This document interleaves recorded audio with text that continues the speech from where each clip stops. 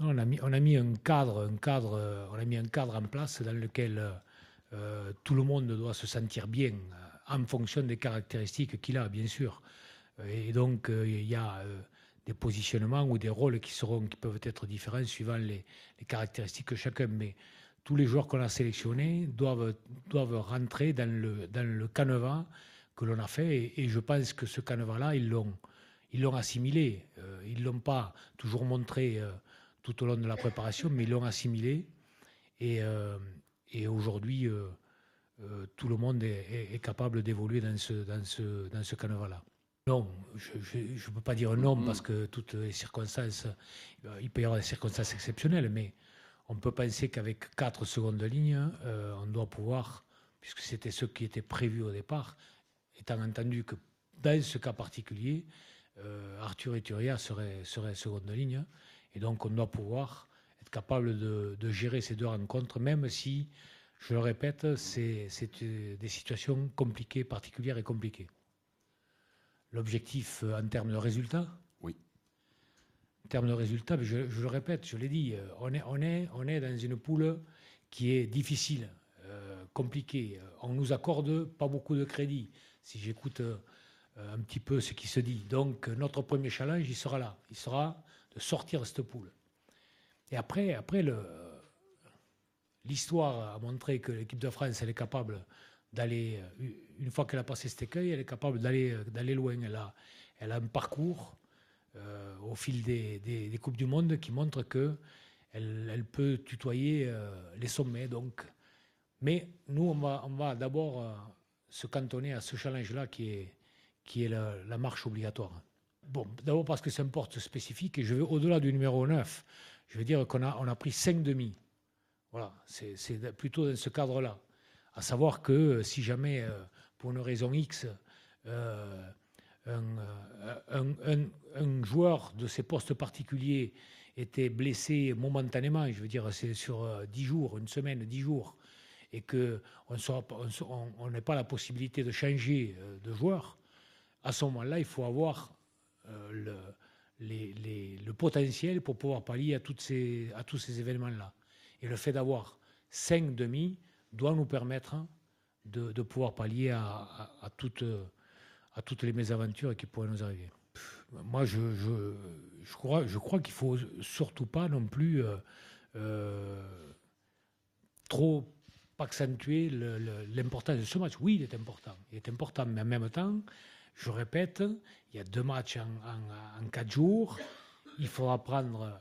Toutes les équipes voudront prendre un maximum de points sur ces matchs-là.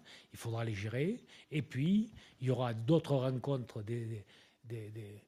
Nos adversaires, entre, disons, les favoris, vont se rencontrer entre eux. Donc, il y a tout un processus, un scénario. L'histoire l'a montré qu'il y a des scénarios improbables qui peuvent arriver. Donc, nous, on va se concentrer sur ce match-là. On va tâcher d'en faire, d'être prêt pour cette rencontre. Et puis après, on verra comment ça se déroule. François Cros, effectivement, il a fait une très bonne préparation, un match très, très satisfaisant. Moi, je ne le connaissais pas particulièrement. Je ne le connaissais pas, du moins dans son parcours de joueur. Je l'ai vu cette année avec le Stade Toulousain où il a été bon. C'est la raison pour laquelle, d'ailleurs, il est arrivé en tant que réserviste. Il était là parce que les autres, on les connaissait. On avait travaillé avec eux. Pourquoi il n'y est pas? Parce que peut-être, non pas par sa faute à lui, mais peut-être que les autres ont montré, notamment sur le dernier match, qu'eux aussi, ils voulaient être là. Et que le parcours qu'ils ont fait avec nous, il fallait le prendre en considération. Et donc, c'est ce petit avantage qu'il y avait au départ qu'ils ont su conserver de par à notre opinion. Et pour Romain Taofifénois Romain Taofifénois, pareil, il est arrivé, lui, en cours de route. Il a fait de très gros efforts, franchement, de très gros efforts.